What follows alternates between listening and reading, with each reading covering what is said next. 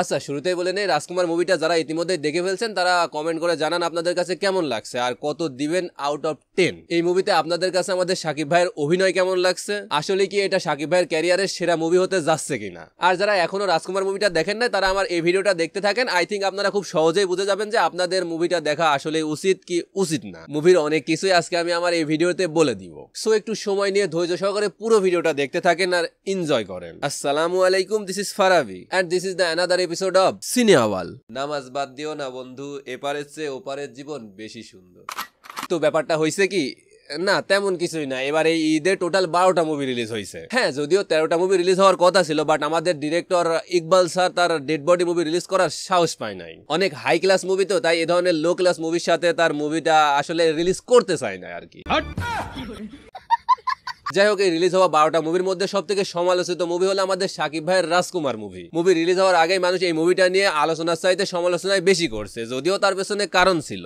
কারণ আমাদের এই মুভির ডিরেক্টর হিমেল আশরাফ স্যার তার মুভির যেভাবে প্রমোশন করছে, আদৌ প্রমোশন করছে কিনা বা প্রমোশন করতেই চায় নাই, আমরা দর্শকরা না এখনো সেটা বুঝে উঠতে পারি নাই। জাস্ট মুভির 2টা পোস্টার আর 3টা গান রিলিজ করা হয়েছিল, যেখানে মুভির পোস্টারগুলো মানুষের কাছে খুব একটা ভালো লাগে নাই। আর গানগুলো তো ভালো লাগার কথাও না, জাস্ট বরবাদ গানটা একটু ভালো ছিল, তাও আহামরি ভালো না যে মানে এতটাও ভালো না যে ওই গানটা মানুষকে আকৃষ্ট করে মুভিটা দেখার জন্য হল পর্যন্ত নিয়ে আসবে। তবে রাজকুমার গানটা মানে এই মুভির যে টাইটেল সং রাজকুমার গানটা নিয়ে টিকটকাররা ভিডিও বানিয়ে গানটার ভালোই হাইপ তুলছিল, কিন্তু আমি একাই রাজকুমার গানটা একেবারে যাচ্ছে তাই ছিল। আর ওই গানটা শোনার পর মানুষের রাজকুমার মুভিটা দেখার প্রতি আগ্রহ বাড়ার বদলে আমার মনে হয় আরো কম ছিল। কিন্তু সাকিবিয়ানরা আছে না, মুভিটা রিলিজ হওয়ার পর তারাই একেবারে পুরো সবগুলা হল একেবারে কাঁপাই দিছে। আর এরপর থেকে সাধারণ দর্শকরাও রাজকুমার মুভিটা দেখার জন্য ভিড় জমাচ্ছিল, কারণ যারা মুভিটা দেখে আসছিল তাদের মধ্যে 90% দর্শকরাই পজিটিভ রিভিউ দিচ্ছিল। আর এর পেছনেও কারণ ছিল বস, কারণ আমাদের ডিরেক্টর হিমেল আশরাফ স্যার প্রমোশনে ঘাটতি রাখলেও মুভি বানানোতে কোনো ঘাটতি রাখে নাই। মুভির গল্প থেকে শুরু করে মেকিং জাস্ট দুর্দান্ত ছিল। সব থেকে বেশি যে জিনিসটা হাইলাইট করতে হয় সেটা হচ্ছে আমাদের শাকিব ভাইয়ের অভিনয়। শুরু থেকে শেষ পর্যন্ত একেবারে ফাটাই দিছে। আমি শাকিব ভাইয়ের এর আগে অনেক সিনেমা দেখছি অনেক, বাট এর আগে কোনো সিনেমাতে শাকিব ভাই এরকম অভিনয় করছে কিনা আমার মনে পড়ে না। আর এটা শুধুমাত্র আমি বলতেছি না, যারা মুভিটা দেখে আসছে মানে দর্শকরাই শাকিব ভাইয়ের অভিনয়ের প্রশংসা করতেছে। আর প্রশংসা করার কারণ হচ্ছে কোনো একজন অভিনেতা তার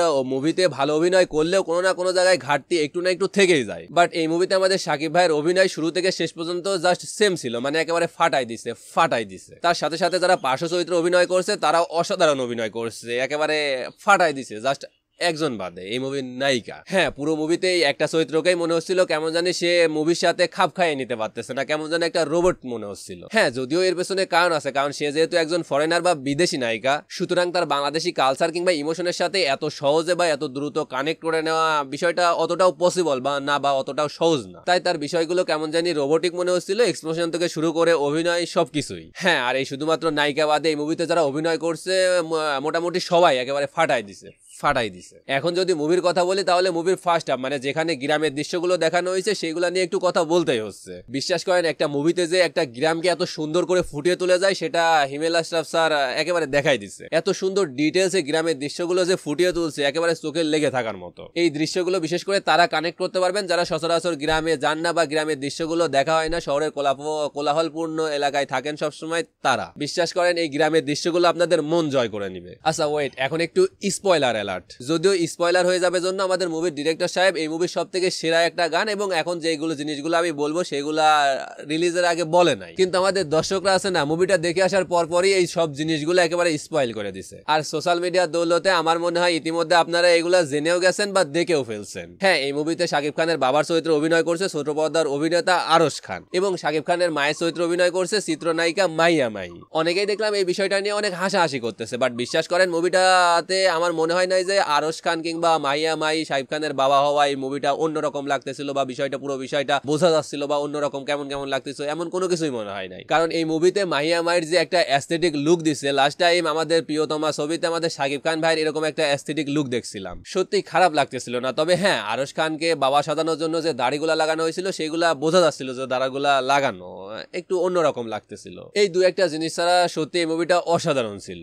সব থেকে বড় কথা, এখন যদি আপনি এই মুভির সব থেকে ভালো দিক কোনটা সেটা জিজ্ঞেস করেন তাহলে বলবো এই মুভির গল্প, মেকিং এবং শাকিব খানের অভিনয়। তবে আমার কাছে পার্সোনালি মনে হয় গল্পের জন্য হলেও আপনাদের মুভিটা দেখা উচিত। আচ্ছা, এখন আসি এই মুভিটার ব্যাড রিভিউ দেওয়ার কারণ কি। আপনারা হয়তো অনেকেই দেখে থাকবেন যে মুভিটা দেখে আসার পর অনেক দর্শকই এই মুভিটার ব্যাড রিভিউ দিচ্ছে। এর পেছনের কারণ কি? এর একটাই কারণ, এই মুভিতে কোনো অ্যাকশন নাই, ভিলেনের সাথে নায়কের কোনো ঢিসুম ঢেসুম নাই, কিংবা নায়িকার সাথে নায়কের খুব সেই লেভেলের প্রেম নাই যে নায়িকার জন্য এই করে ফেলবে সেই করে ফেলবে। এগুলো আমি বলতেছি না, একজন দর্শক মুভিটা দেখে এসে একেবারে ডিরেক্টলি বলে দিচ্ছে এটা কোনো মুভি হইলো, মুভিতে কোনো অ্যাকশন নাই, ভিলেন নাই, ঢিসুম ঢাসুম নাই, মানে আরো অনেক কিছু। দেখেন ভাই লোক, আমি এদের দোষ দিচ্ছি না, কারণ এক একজনের রুচি এক এক রকম বা এক একজনের টেস্ট এক এক রকম। সো সবার কাছে যে মুভিটা ভালো লাগবে এটা মানে এটা কোনো কথা না। একজনের কাছে মুভিটা ভালো লাগবে, এক একজনের কাছে খারাপ লাগবে, এটাই স্বাভাবিক। আর হ্যাঁ, এটা তো সত্য যে এই মুভিতে কোনো অ্যাকশন নাই, নায়কের সাথে ভিলেনের কোনো ঢিসুম ঢাসুম নাই, কিংবা নায়িকার সাথে নায়কের সেই লেভেলের প্রেম নাই যে নায়িকার জন্য নায়ক সব কিছু করে ফেলবে। তাই যেসব দর্শক মনে করে যে সিনেমা মানেই অ্যাকশন, নায়কের সাথে ভিলেনের ঢিসুম ঢাসুম, কিংবা নায়কের সাথে নায়িকা সেই লেভেলের প্রেম প্রীতি, তাদের কাছে এই মুভিটা ভালো লাগবে না, এটাই স্বাভাবিক। কারণ এই মুভিটা হলো একটা কন্টেন্ট, অসাধারণ একটা গল্পের অসাধারণ মেকিং, যেটা আপনাকে মুগ্ধ করবে। এখন এর মধ্যেও যদি আপনি ভিলেনের সাথে নায়কের ঢিসুম ঢাসুম খোঁজেন তাহলে সত্যি এই মুভিটা আপনার জন্য না। শুধু শুধু মুভিটা দেখতে গিয়ে আপনি একটা ব্যাড রিভিউ দিবেন এবং আপনার ব্যাড রিভিউ দেখে আরো 10টা মানুষ মুভিটা দেখতে যাবে না,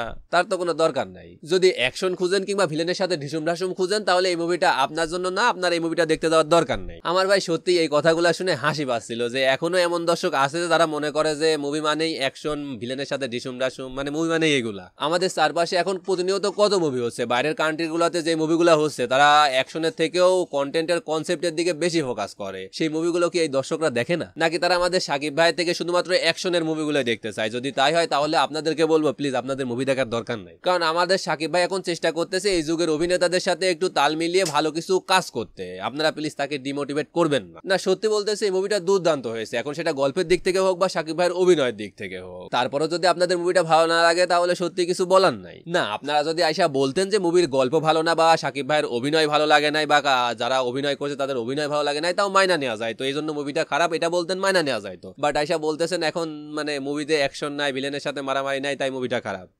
মানে এইগুলা কি ভাই? আমার কাছে মনে হয় এই মুভিটা শাকিব খানের ক্যারিয়ারের সেরা মুভি হতে যাচ্ছে। না, আপকামিং যে মুভিগুলো আসতেছে সেগুলোর কথা বলতে পারবো না, বাট এর আগে যে কয়টা মুভি করছে বা যতগুলা মুভি করছে তার মধ্যে এটাই বেস্ট হতে যাচ্ছে আমার কাছে মনে হয়। আমি তো এই মুভিটা 8 দেব আউট অফ 10। তো আমার মনে হয় আপনারা ইতিমধ্যেই বুঝে গেছেন যে আপনাদের এই মুভিটা দেখা উচিত কি উচিত না। যদি আপনারা খুবই সুন্দর একটা গল্প, অসাধারণ মেকিং, কিংবা আপনারা যারা শহরে থাকেন গ্রামের দৃশ্যগুলো খুবই সুন্দরভাবে দেখতে চান, তাহলে আমার মনে হয় আপনাদের জন্য এই মুভিটা একটা বেস্ট মুভি হতে পারে। ফ্যামিলি নিয়ে যান, মুভিটা দেখেন, আর কেমন লাগলো অবশ্যই এসে আমার ভিডিওতে একটা কমেন্ট করে জানাবেন। আর যারা সাকিব ভাই আছেন তারা ভিডিওটা শেয়ার করে দেন, আর ভিডিওটা শেয়ার করার সময় ক্যাপশনে লিখে দেন যে এটাই কি সাকিব ভাইয়ের ক্যারিয়ারের সেরা মুভি হতে যাচ্ছে কিনা বা হতে পারবে কিনা, ক্যাপশনে এটা লিখে ভিডিওটা শেয়ার করে দেন। আর হ্যাঁ, আপনারা এরপরে কোন মুভির রিভিউ দেখতে চান অবশ্যই কমেন্ট করে জানান, আর ভিডিওটা কেমন লাগলো অবশ্যই এটাও কমেন্ট করে জানান। যদি ভালো লাগে তাহলে একটা লাইক মেরে দেন, আর না লাগলে দিস চ্যানেল ইজ এতটা ইম্পর্টেন্ট না যে সাবস্ক্রাইব করা লাগবে। ভিডিওটা দেখছেন এতটুকু না, তবে নামটা মনে রাখেন, ফারাবি। আর হ্যাঁ, স্পন্সর কিংবা ব্র্যান্ড প্রমোশনের জন্য যদি আমার সাথে কন্ট্যাক্ট করতে চান তাহলে আমাকে মেইল করতে পারেন অথবা ইনস্টাগ্রামেও নক দিতে পারেন।